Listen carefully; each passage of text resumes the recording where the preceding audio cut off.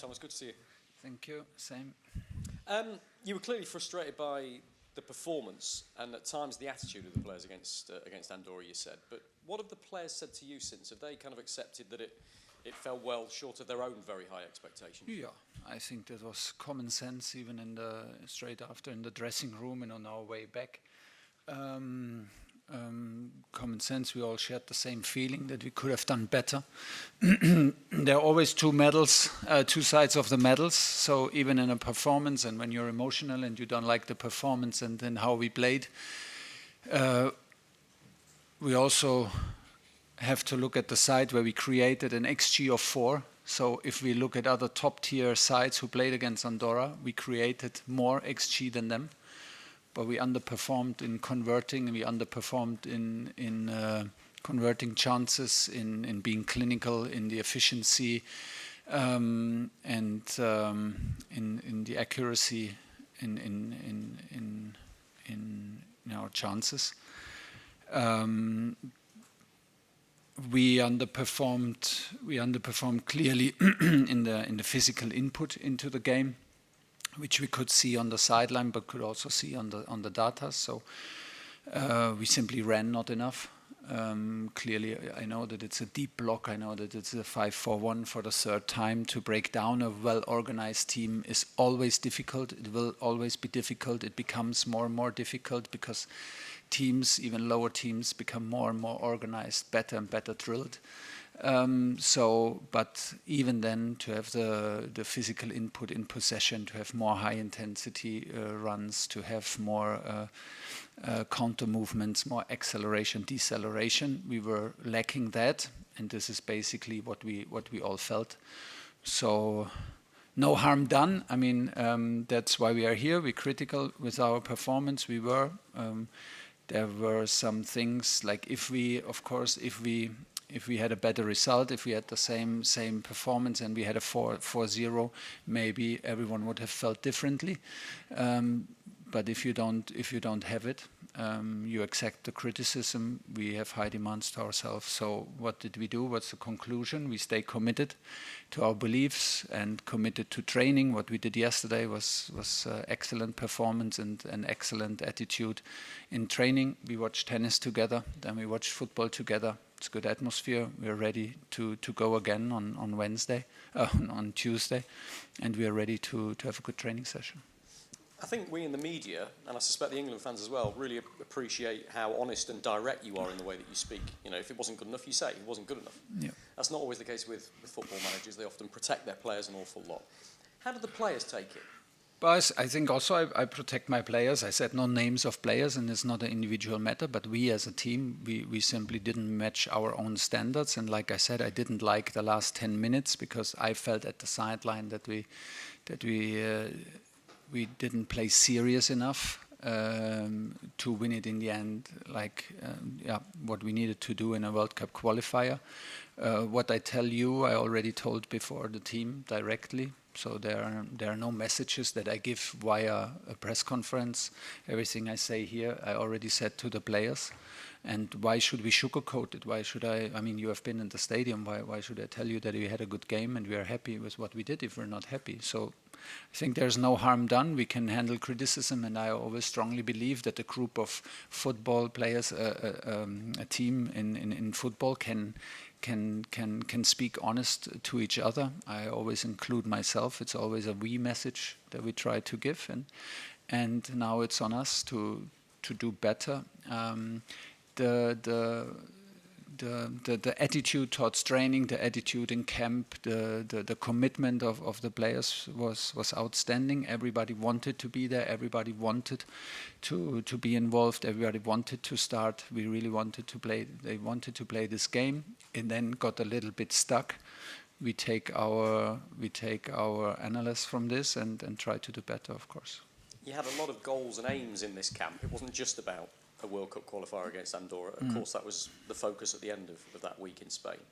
But you got some warm weather training, you got to bond with the players and spend some time with them, and you got to do some specific preparation for next summer as well, with the heat training and that sort of thing. So how did the rest of the camp go from your perspective? Was it the only time you could have done it and really vital for you? You know, I liked, like I said, I liked the commitment. I liked, again, the spirit. I liked that everybody was committed to come. I love that everybody was committed to stay, even for a friendly match, and even that there is a Club World Cup going on, and then they come off a long season.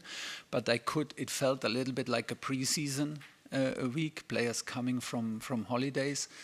And not in terms of that they don't do enough, but in terms of like the passing is not precise enough, the finishing is a bit like off from the precision, because you lack simply rhythm. This is what we could see already in training, and unfortunately it was a continuation in the game. Like I said, we have an XG of 4. It's very unlikely for the quality of the players and for our players to underperform with 1 goal if we have an XG of 4. It is in a game like this more likely that we overperform, but the rhythm was simply not there. So yeah, the players were committed. The energy was absolutely the energy that we wanted, and it continued like this. Like even after, why should we be disconnected now? Why should we be less committed now if we have like 1 game with which we were not so happy? There are parts of the game were totally okay, like the first half an hour where we created a lot of chances and could have made life easy for us, but we didn't. So we accept it and continue, keep the belief up and believe in what we are doing, and players do excellent so far. Can you give us an idea of the changes in personnel you're considering for what I think you'll agree is probably a much tougher game against Senegal?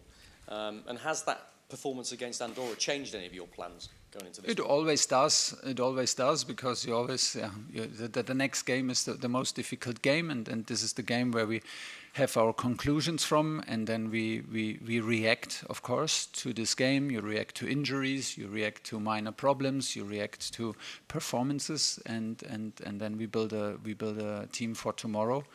There will be some changes, yeah. I will not let you know how many of them, but there will be changes, because we want to see the players. We want to reward players who kept the level up now yesterday, which is always a crucial day for me in how is the energy, how is the quality in the match day +1. Even in a match day +1 when the game was not so good, like how do we go out and train and react, which was excellent yesterday.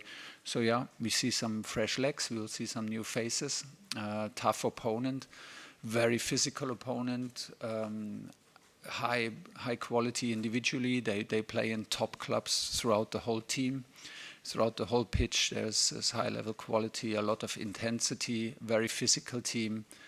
They love to play and run, play and run, play and run. So we will have to match that, and looking forward to it. I'm happy that we have this kind of caliber. I'm happy to play in Nottingham City ground, and yeah, we're looking forward to it. Hello, Thomas. Ian from the BBC.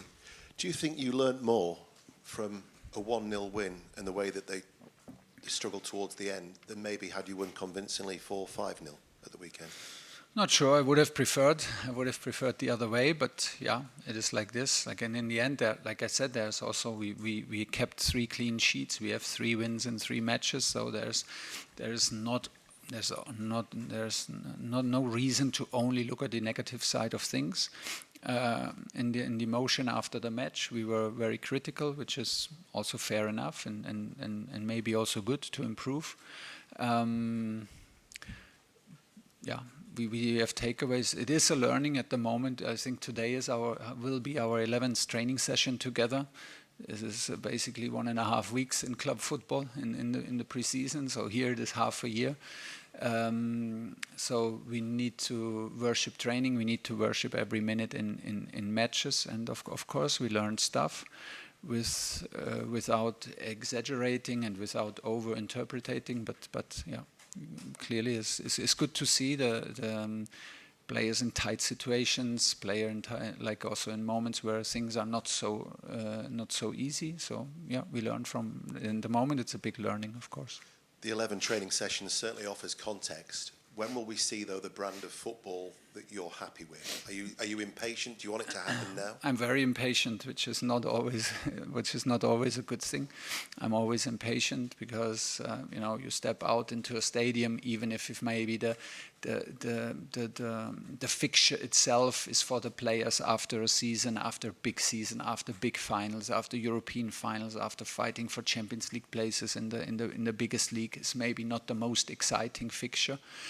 But like for me personally, once I step into a good stadium, once I see the grass, I smell the grass, I see 7,000 English supporters there ready to go, I'm instantly on, and I'm instantly like expecting something, of course, from myself and from the players. So and it will be the same for tomorrow. Of course, I'm impatient, and we want to do better. We are thinking of giving the players maybe a little bit more freedom within the structure. Let's see. Still think it was a very offensive structure, a very offensive lineup that we tried to break the line down. Tomorrow we face a more physical, a more demanding team, and we will maybe in the first look at the paper not be as offensive as we were against Andorra, but maybe give the player a little bit more freedom to express themselves, and hopefully we see the next step maybe straight away on Tuesday. Who is the captain on Tuesday? It's very likely that it's the same captain. Okay. In that case, then, could you talk to me about Bukayo Saka? Because he's yet to play under you. So how excited are you by the prospect of Bukayo Saka? Very excited, because I could see that he worked hard to come back from his injury, had then this minor discomfort in the last match, which worried me a little bit, and then he just had one training session with us, a full training session and one half training session on Thursday, Friday before the match. So we decided in the end to protect myself a little bit, to not let him play, not be in the squad, to not take any risk. But he is happy. He trains with a smile. He had yesterday amazing training session with a lot of quality. He will start tomorrow, and of course he's a key player for us. Afternoon, Thomas. I wondered if you and the players watched the Nation League final last night. Yeah. And obviously not only Spain and Portugal, but France and Germany. What were your thoughts on the tournament and obviously the standard of the teams? France-Germany was in the preparation to our training, so that was not possible to watch it together, just some bits of it. But we were, like I said, we watched. We took the possibility to watch the final together, which is always nice, because that's what it's all about in camp. You share your opinions on a match. You hear them talk and be invested in that. We also had the chance just before dinner to watch the last set of last 1.5 sets of tennis together, which was also amazing in inspiration of two amazing players playing the final in Paris. Yeah. It was high level again in the final, high level football, high quality football. I was feeling a bit concerned and sad for the players that they had to play an extra time. I thought they go straight into penalties after a long season, and then it came another half an hour into their legs. But I think the first 45 minutes were excellent. Then the game, I could see that the players get a bit tired and the level dropped a little bit, not a lot, but yeah. It was high level. Portugal won. Congratulations to Roberto and his team. So they have another title, and we hope to compete for Final Four and in the Final Four the next time it's played. Is that the standard, though? How are you looking at the standard of the two teams in the final? Is that something to aim for, or is it something you're chasing? How do you see England against those two teams? Yeah. Yes, that's the standard. That's the level. That's the benchmark, and we will try to hunt that, and we try to reach that. And I'm convinced that we have everything what it takes to match that when we play these teams, even if it maybe didn't look like that on Saturday between 6 and 8 o'clock. But in general, I'm absolutely convinced that we have everything what it takes to compete on exactly that level. Thank you very much, Thomas. Finish back with Rob. Is everybody fit for selection? Have you got 25 players you can pick from? Yeah, everyone is fit. And can I ask about Ivan Toney? You brought him back from Saudi Arabia. I presume you'd like to try and see him at some point on the pitch. Yes, of course. Let's see, because also what the game demands.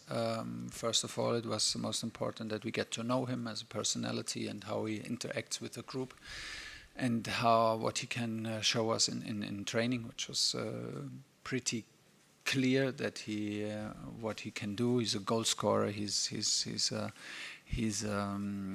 a player that loves to play in and around the opponent's box, and preferably in the box with 1 or 2 touches to finish the attacks off. Let's see what the game brings. Let's see what the demands are. But he has every chance to play, of course, like everyone else. We have 1 more training session. He did very well with the others yesterday, and we have all the options with Ivan. Last one from me. Thank you for that.